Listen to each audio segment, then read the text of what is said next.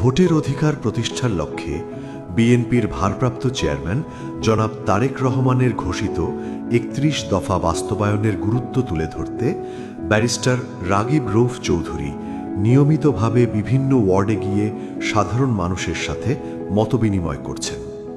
কিভাবে আমরা ভোটের অধিকার প্রতিষ্ঠা করব এবং জনগণ বিএনপিকে ভোট দিলে বিএনপির ভারপ্রাপ্ত চেয়ারম্যান জনাব তারেক রহমান যে ৩১ দফা কর্মসূচি দিয়েছেন তা বাস্তবায়ন করতে আমরা সক্ষম হব।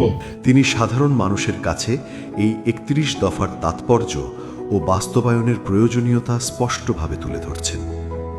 একই সঙ্গে তিনি দল মত নির্বিশেষে সকল মানুষ যেন শান্তিপূর্ণভাবে বসবাস করতে পারে, কোনো ধরনের হয়রানি বা বৈষম্যের শিকার না হয় সে বিষয়ে সর্বদা সতর্ক দৃষ্টি রাখছেন এবং সবাইকে সচেতন থাকার আহ্বান জানাচ্ছেন। দলমত নির্বিশেষে আমরা যেন শান্তিপূর্ণ পরিবেশে চলতে পারি, যাতে প্রত্যেক দলে যার যার অবস্থান তারা যাতে সুষ্ঠুভাবে চলতে পারে, কোনো ধরনের হয়রানি না হয়।